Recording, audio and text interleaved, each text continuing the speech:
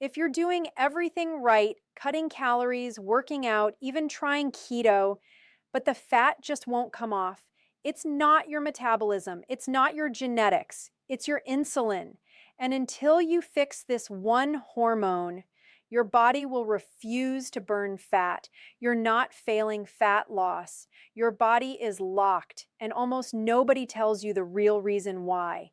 You wake up motivated, you try to eat clean, you push through workouts, you tell yourself this time it will be different, but the scale barely moves, your energy crashes, and deep down, it feels like your body is working against you.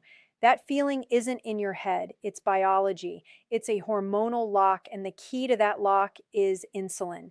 Insulin is not just another hormone your doctor casually mentions. It is the master controller of whether your body stores fat or burns it. Every time you eat, especially foods that raise blood sugar, insulin rises. And when insulin is elevated, your body shifts into storage mode, not partially, not sometimes, completely. In that moment, your body is being told to store energy, not release it, which means no matter how hard you try, no matter how much you restrict calories, your body is literally blocked from accessing its own fat. This is where most people are misled. They believe fat loss is about willpower, discipline, and calories. But research in metabolic physiology shows something far more powerful is at play. When insulin is high, an enzyme called hormone-sensitive lipase, the very mechanism that releases fat from your fat cells, is suppressed. That means your fat is not available to be burned. It's locked away, biologically inaccessible, even if you're in a calorie deficit. Think about that for a second. You could be eating less, moving more, doing everything you've been told, and your body still refuses to burn fat because the hormonal signal is wrong. That's why people feel exhausted during dieting. That's why cravings become overwhelming. Your body isn't getting energy from fat, so it demands more food. It's not lack of discipline, it's a survival response. Now, here's the part that shocks most people. Insulin doesn't just spike with obvious sugar. It rises with frequent eating, processed foods, hidden carbohydrates, and even constant snacking on healthy foods. Studies have shown that eating multiple times a day keeps insulin elevated for most of your waking hours. That means your body spends very little time in fat-burning mode. You're essentially locked out of your own energy reserves all day long. And over time, it gets worse. The body adapts. Cells become less responsive to insulin, a condition known as insulin resistance. When that happens, your body compensates by producing even more insulin. Higher insulin levels, longer spikes, stronger fat storage signals. This is the silent progression behind stubborn weight gain, especially around the abdomen. Visceral fat, the most dangerous kind linked to heart disease and type 2 diabetes, thrives in this environment. This is why two people can eat the same number of calories and have completely different results. One has low insulin levels and burns fat efficiently. The other has chronically elevated insulin and stores fat easily. Same calories, completely different hormonal response, completely different outcome. And here's where it becomes deeply personal. If you've ever felt like your body is broken, if you've blamed yourself for not having enough willpower, if you've started and stopped diets over and over again, what you were really experiencing was a hormonal mismatch. Your body wasn't failing, it was following instructions. The problem is, those instructions were telling it to store fat, not burn it. Now imagine flipping that signal. Imagine lowering insulin to the point where your body has no choice but to tap into stored fat. This is not theory. This is measurable physiology. When insulin drops low enough, the body activates fat-burning pathways, releasing fatty acids and converting them into ketones, an alternative fuel that powers your brain and body with remarkable efficiency. This is why people often report stable energy, reduced hunger, and mental clarity when insulin is controlled. It's not magic. It's metabolic flexibility being restored. But here's the reality most people don't hear. Lowering insulin is not just about avoiding sugar. It's about changing the pattern of how you eat. Constant grazing, even on clean foods, keeps insulin elevated. Late night eating extends the storage window. Ultra processed foods create exaggerated insulin responses that go far beyond what whole foods would trigger. Modern eating habits are designed, intentionally or not, to keep insulin high and fat burning low, and the consequences go beyond weight.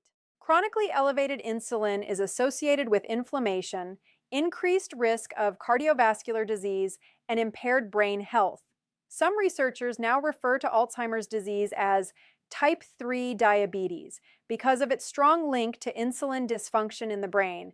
This isn't just about looking leaner, this is about reclaiming metabolic health at the deepest level. So when you hear someone say, just eat less and move more, understand that it's an incomplete picture, because if insulin stays high, eating less often leads to metabolic slowdown, increased hunger hormones, and eventually weight regain.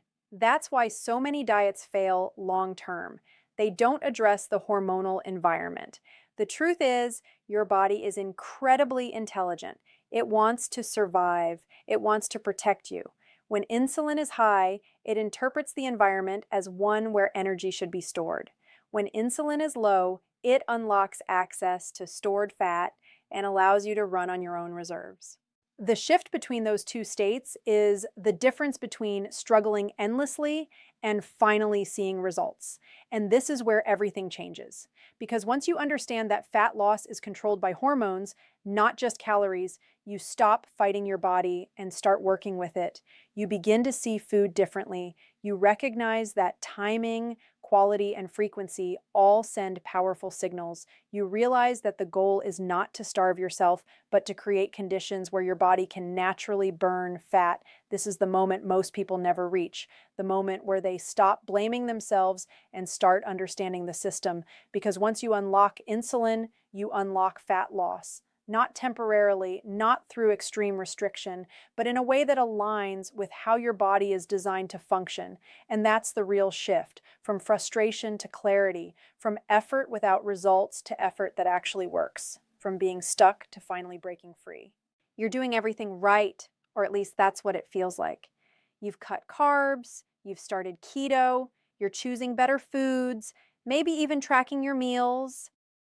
And yet the fat isn't coming off the way you expected. The scale moves a little, then stops. Your energy feels inconsistent. The excitement you had in the beginning slowly turns into frustration. And the question starts to creep in. Why am I still stuck? Here's the uncomfortable truth most people never hear. Keto doesn't automatically mean fat burning. Just because you've removed carbs doesn't mean your body has switched into a true fat burning state. Because the real driver behind fat loss isn't just carbs, it's insulin. And if insulin isn't low enough, your body is still holding on to fat, no matter how keto your diet looks on the surface. This is where things get deceptive. You can be eating high-fat foods, calling it keto, and still be in a metabolic state that favors fat storage. Research shows that insulin can remain elevated not just from carbohydrates, but also from frequent eating, excess protein, and highly processed keto-friendly foods. So even though you think you've changed your diet, your hormones may still be sending the same message. Store energy, don't burn it. And this is exactly why so many people plateau. In the beginning, cutting carbs lowers insulin just enough to see some results. Water weight drops, glycogen stores deplete. The scale moves quickly. But then the body adapts. If insulin doesn't continue to fall, fat loss stalls. What felt like progress suddenly feels like failure, even though the real issue is happening beneath the surface, at the hormonal level. One of the most common hidden mistakes is constant snacking. Even small bites, even keto snacks, trigger an insulin response. It may not be as dramatic as sugar, but it's enough to interrupt fat burning. Studies in metabolic science have shown that every time you eat, insulin rises and temporarily shuts down lipolysis, the process of releasing fat from your fat cells. So if you're eating every few hours, your body never gets a long enough window to access stored fat. Then there's the issue of protein. Protein is essential, but in excess, it can become a hidden roadblock. Through a process called gluconeogenesis, the body can convert excess protein into glucose, which then raises insulin. This doesn't mean protein is bad, it means balance matters. Too little protein is harmful, but too much can keep you from entering a deeper fat burning state. And then come the so-called keto products: packaged bars, low-carb desserts, artificial sweeteners.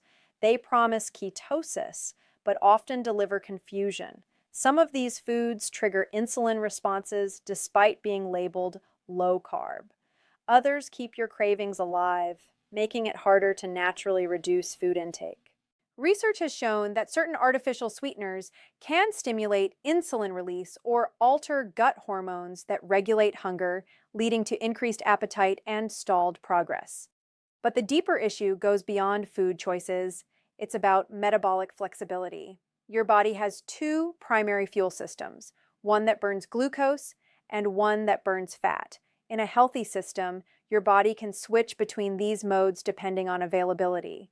But in insulin resistance, that switch becomes impaired. The body gets stuck in glucose burning mode, even when glucose isn't readily available. That's when fatigue hits, cravings intensify, and fat loss stops. This is why some people feel terrible on keto after the initial phase. It's not because keto doesn't work, it's because their body hasn't fully adapted to burning fat efficiently. Their insulin levels are still too high, or their metabolic pathways are still dependent on glucose.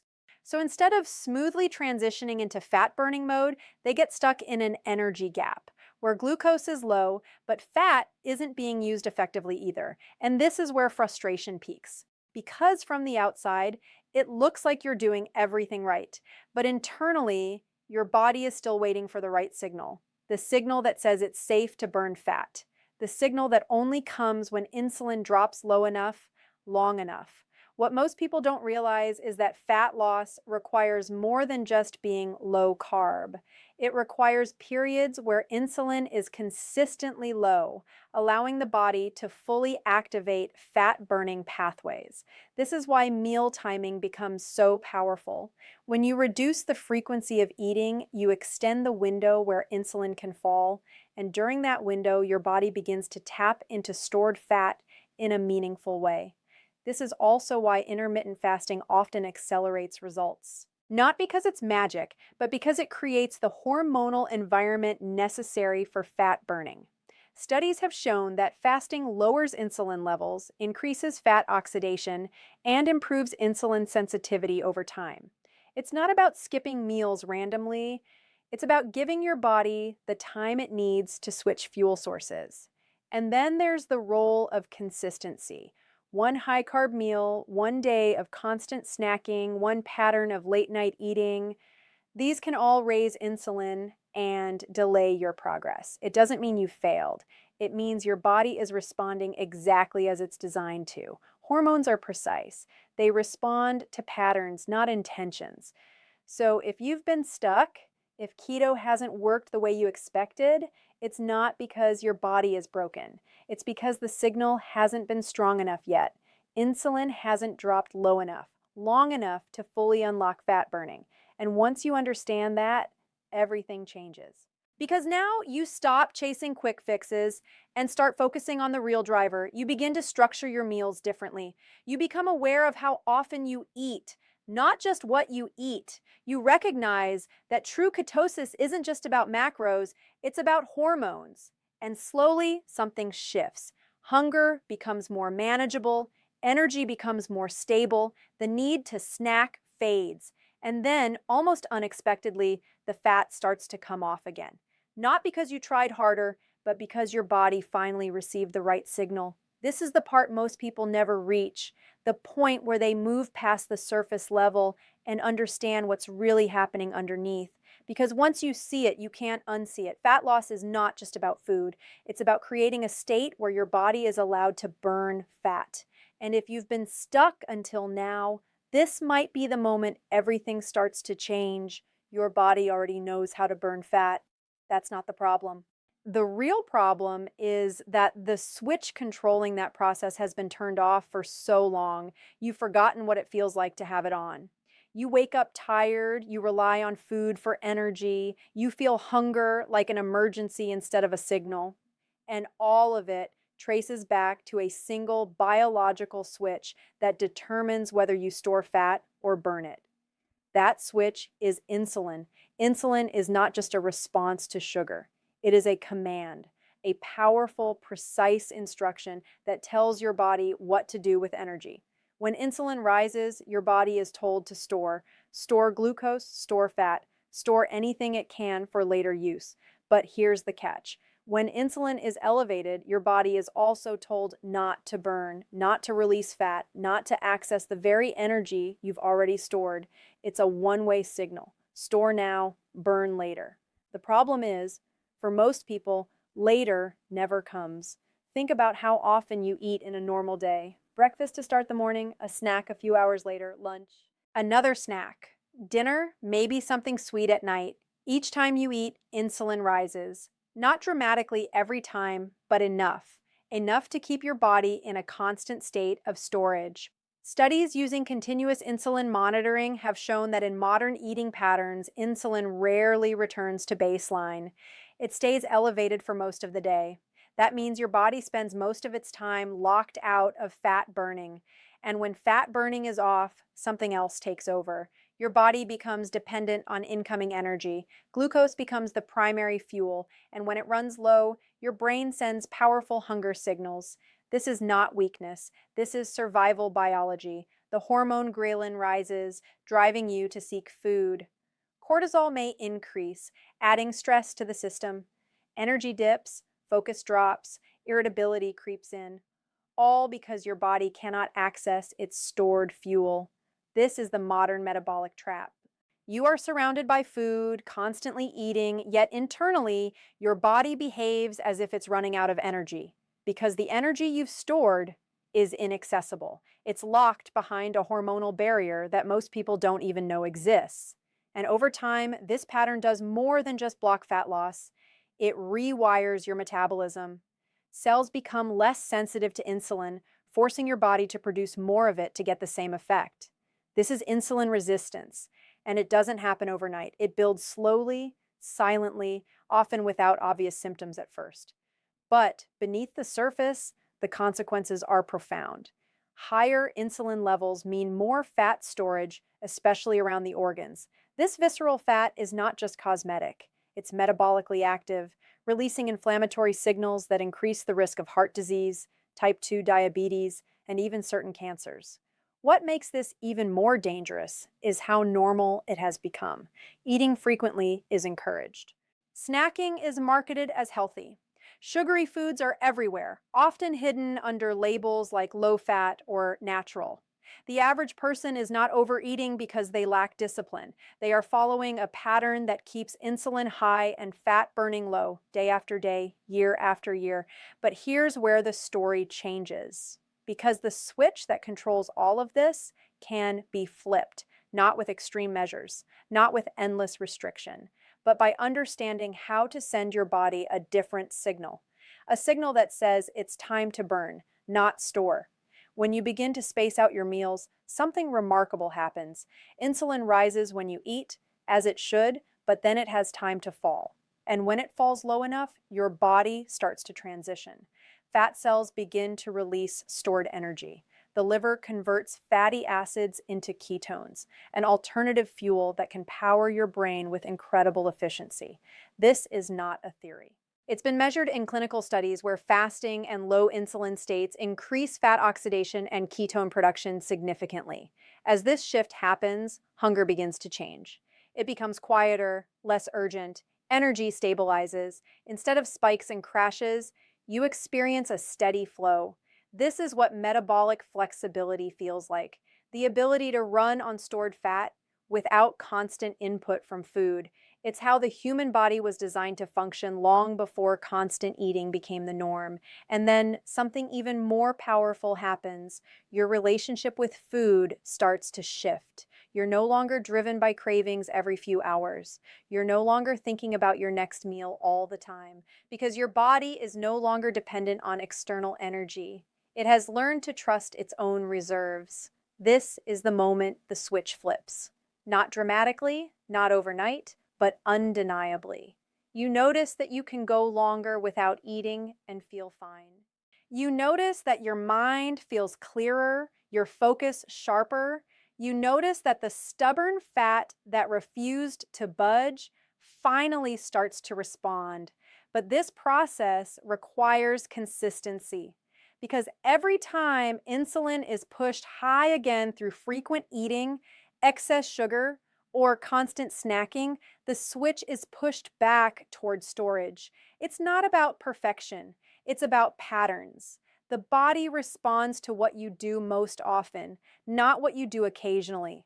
What's important to understand is that this is not about deprivation. It's about timing and signaling. You're not starving your body. You're allowing it to access what it already has. The average person carries tens of thousands of calories stored as body fat, enough energy to fuel days, even weeks. But without lowering insulin, that energy remains out of reach. And this is why so many people feel trapped. They are surrounded by energy, yet feel constantly depleted. They are trying harder, eating less, moving more, but the switch remains off. Once you see this, everything changes because you realize that the solution is not to push harder. It's to change the signal. When insulin is low, the body listens. It shifts. It adapts. It begins to do what it was always capable of doing: burn fat efficiently, provide stable energy, and restore balance. This is not a shortcut. It's a return to how your metabolism is meant to work. So if you've been stuck, if you've felt like your body is resisting you at every step, understand this. The ability to burn fat is not something you need to learn. It's something you need to unlock. And that starts by flipping the switch that has been holding you back all along.